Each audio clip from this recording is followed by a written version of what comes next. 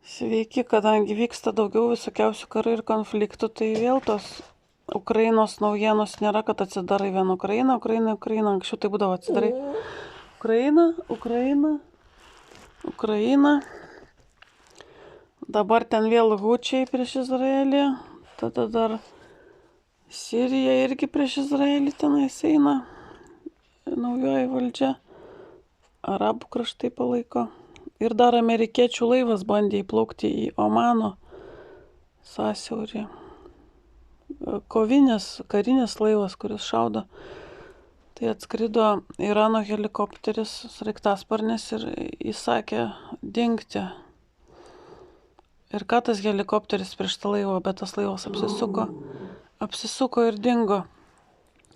Tai tokie jūrų mūšiai darosi jau, kad Rusija 150 laivų išsiuntė visur, tai jau sakiau.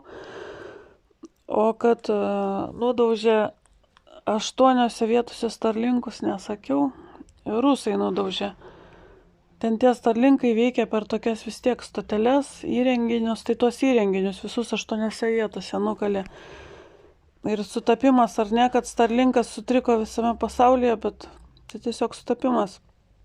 Nes Rusija Ukrainą išjunginėjo, bet nepaisant Starlinko nudaužimo, čia vakar ar užvakar patriotiškieji ukrainiečiai besigindami nuo Rusijos invazijos paleido 100 dronų į Rusijos įvairiausius miestus ir kaimus.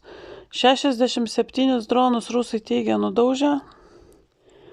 Na, kitus jie moka nudaužti ten išjungdami juos tiesiog ten su savo GPS žemais.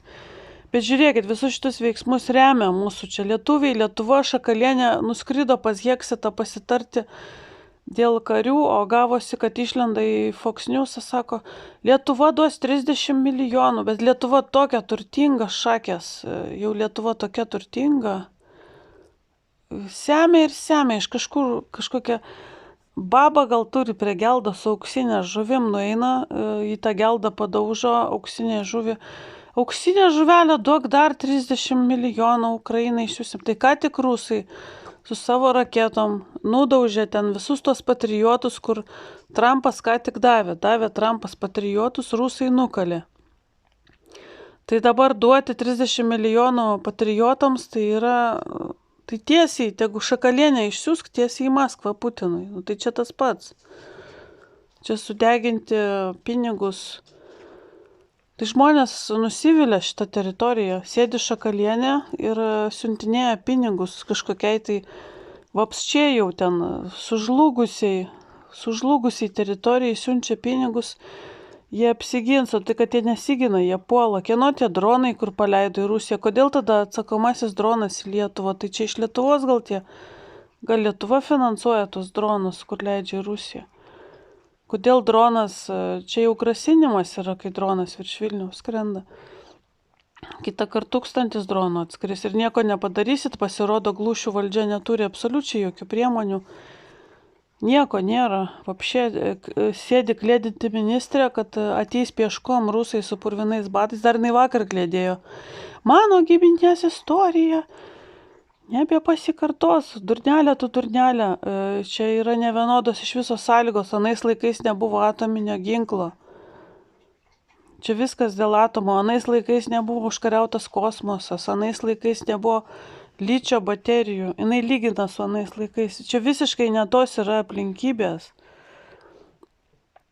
Mes buvom ir esam buferinė zona, mes tada buvom buferinė zona, plus pas mus naciuose dalyvavo daug kas ir masiniuose žydų žudimuose.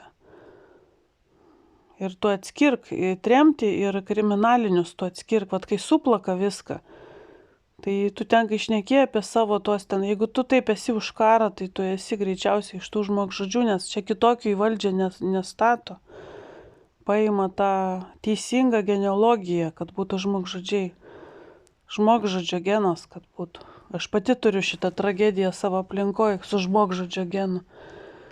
Negali sustoti. Jau kai pradėjo žudyti, tai vis tiek savo padarys. Nesvarbu, kad yra akivaizdu.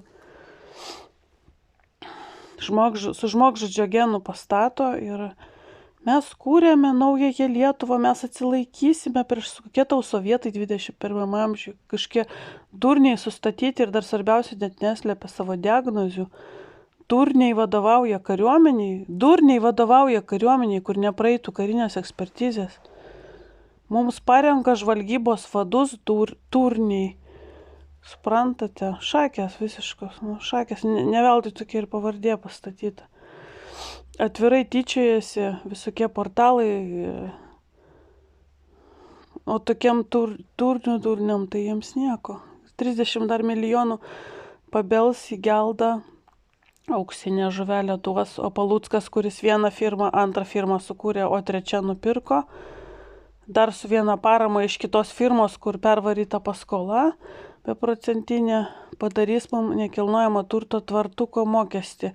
Ir toliau mokės Ukrainai, patriotams, Maskvos atakoms. Amen.